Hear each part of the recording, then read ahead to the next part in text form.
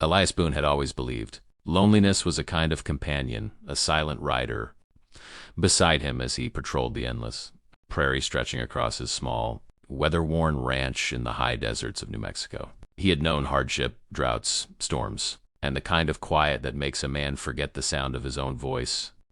But nothing prepared him for the day his life would change forever. The day he rode out searching for a wandering calf and instead found himself crossing an invisible boundary, stepping unknowingly into Apache territory where few white men ever returned from.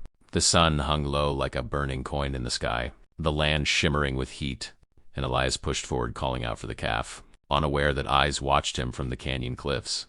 He felt at first the silence, the eerie stillness of birds stopping their songs, then the sharp whistle of an arrow hitting the ground beside his horse's hoof. Before he could turn, 3 more arrows pinned his coat to the saddle. Then they appeared, swift shadows, strong silhouettes, their braids decorated with turquoise feathers and beads, their expressions hard but not hateful, their movements swift as the desert wind. But something shocked him. They were all women. The Apache women's war party encircled him, each one armed, fierce, and breathtakingly proud, their eyes holding centuries of resilience. Their leader, a tall woman with raven black hair streaked with silver, raised her spear and gestured for him to dismount. Elias lifted his hands, keeping calm, knowing that panic would only worsen things. They bound his wrists, not cruelly, but firmly, and led him through winding canyon paths toward a hidden valley he'd never imagined existed. The village rose before him like a dream, a circle of lodges, smoke spiraling from fires, women crafting tools, drying meat, tending children, or breaking wild horses with astonishing skill. Unlike the stories whispered among settlers, there were no men here, only women strong, disciplined and united. Some glanced at him with curiosity, others with suspicion, a few with open annoyance. They brought him before their council. Led by an older woman whose gaze felt like it could see through bone, they questioned him not with hatred but with sharp intelligence. Why had he come? Was he scouting? Was he a threat? Elias explained calmly, honestly, that he was simply a rancher searching for a calf, that he meant no harm, that he respected their land and their people. His sincerity startled them. They exchanged looks among themselves. Many prisoners cried, begged, or lied. This one did none of those things. He only spoke truth. They kept him in prison, not in a cage, but in a guarded lodge where he was treated with unexpected fairness. He was given food, water, even blankets at night when the desert cold cut through the valley. And slowly the tribe began observing him. Elias didn't shout or demand anything. When they brought food, he thanked them with a polite nod. When they allowed him to stretch his legs outside for short moments, he spoke gently to the horses, calming even their most stubborn mare, a creature they said no one could ride. Word began to spread among the women. The rancher has a quiet heart. The children approached him first, fascinated by his height and his gentle voice as he spoke about ranch life, cows, storms, and sunsets. Then the younger women grew intrigued by his calm strength, his respect, something rare from men they'd known before. He never stared at them, never insulted them, never tried to escape, even though he could clearly sense where the guards' weak points were. But Elias believed honor mattered more than freedom. If he earned their trust, he might earn his life. Days passed. Then a turning point came when the tribe's strongest horse, a wild, flame-eyed stallion named Red Wind, broke loose, charging through the village and endangering the children. Without thinking, Elias ran forward, placing himself between the horse and a small girl. He grabbed the reins with both hands, leaning back, using every ounce of rancher strength he possessed until the stallion finally slowed and stopped inches from the child. The entire tribe froze in stunned silence. No Apache warrior had ever stopped Redwind. Not like that. Not with bare hands. The women stared, some with awe, some with admiration, some with something softer, something Elias didn't fully understand. From that moment on, everything changed. Their leader, the silver-streaked woman known as Yana, approached him with a voice that held respect for the first time. "You are not like the others," she told him. "Your spirit is steady." She ordered that his ropes be removed. He was now a guest, still watched, still untrusted, but no longer a prisoner. Elias used this freedom wisely. He helped with the horses, showing techniques they'd never seen, fixing broken tools, repairing saddle straps, even showing them how to track stray animals more efficiently. The tribe, in turn, began teaching him their ways, how to read the sky, how to navigate by the wind, how to hear danger before it comes.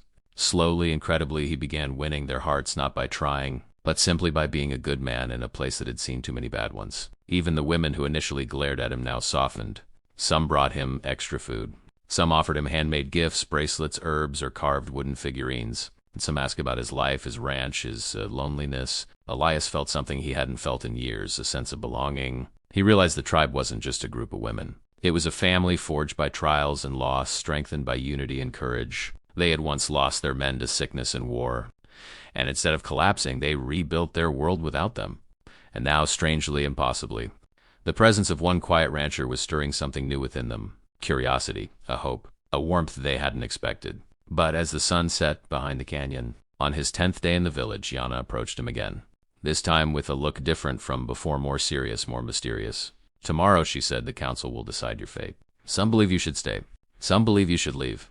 Some believe you have a greater purpose here than even you." No, Elias's heart tightened. He didn't know what he wanted anymore: freedom, or the strange feeling of home he had found among these extraordinary women. And he had no idea that the decision they would make would not only transform his life, but the future of the entire tribe.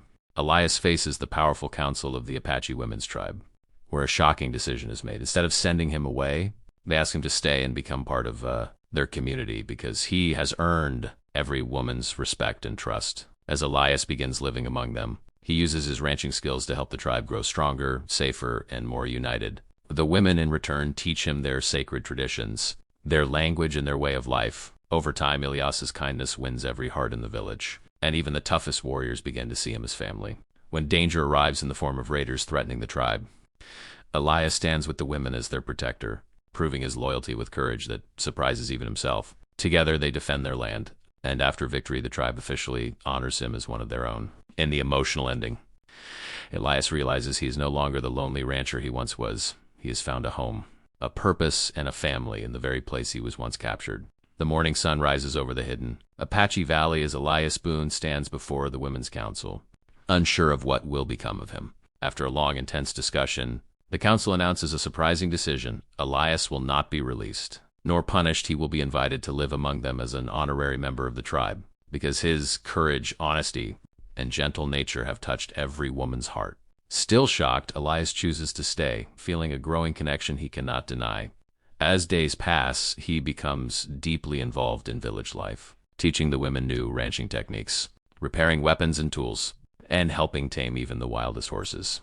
The women, in return, teach him their sacred Apache traditions, their songs, their dances, their stories of ancestors, and their spiritual connection to the land. Slowly, the tribe transforms, becoming stronger and more confident with Elias's presence. But their peace is threatened when a group of raiders attempts to invade their valley, believing a women's tribe will be easy to overpower. Standing side by side with the warriors, Elias fights fearlessly, protecting the children and guiding the women with strategies he learned from ranch life. Together, they drive the raiders away, proving that unity is their greatest strength. After the battle, the tribe gathers to celebrate, and the council publicly honors Elias with a symbolic necklace, declaring him a true member of their people, a protector, a brother, and a cherished heart among them. The lonely rancher who once wandered the desert searching for a lost calf now finds himself surrounded by love, respect, and purpose.